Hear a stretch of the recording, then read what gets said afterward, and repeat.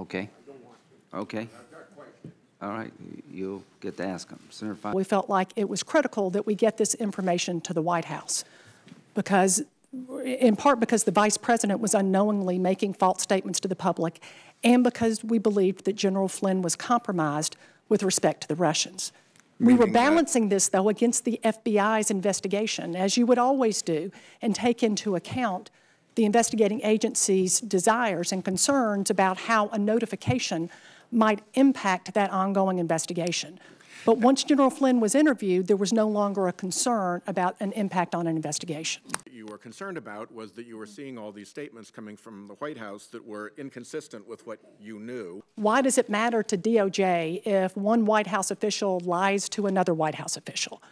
And so we explained to him it was a whole lot more than that and went back over the same concerns that we had raised with them the prior day, that the concern first about the underlying conduct itself, that he had lied to the Vice President and others, the American public had been misled, and then importantly, that every time this lie was repeated, and the misrepresentations were getting more and more specific as they were coming out, every time that happened, it increased the compromise. And to state the obvious, you don't want your national security advisor compromised with the Russians.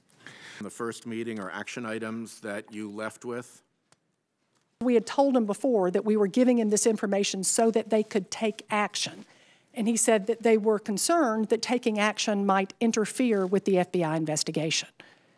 And we told him, both the senior career official and I, that he should not be concerned with it, that General Flynn had been interviewed, that their action would not interfere with any investigation, and in fact, I remember specifically saying, it wouldn't really be fair of us to tell you this and then expect you to sit on your hands. General Flynn accelerated once you became aware of this information and felt you needed to get his statement quickly?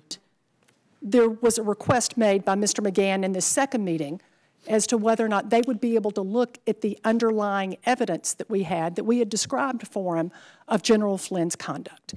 And we told him that we were inclined to allow them to look at that underlying evidence, that we wanted to go back to DOJ and be able to make the logistical arrangements for that. Senator Grassley. Yeah.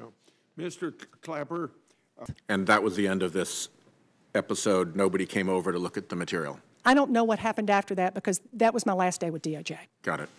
Yeah. Okay. Did either of you ever request the unmasking of Mr. Trump, his associates, or any member of Congress?